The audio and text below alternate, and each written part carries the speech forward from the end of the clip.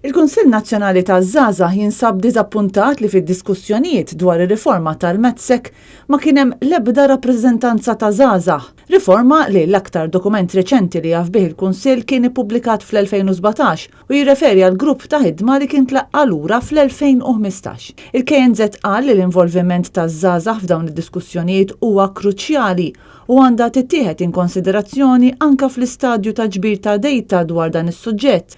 Il-Kunsill ikkritika wkoll il-mistoqsijiet li saru lil focus groups fejn jitqajjem dubji dwar jekk l-informazzjoni miġbura tirriflettix dak li l-istudenti verament iridu mis-sistema edukattiva.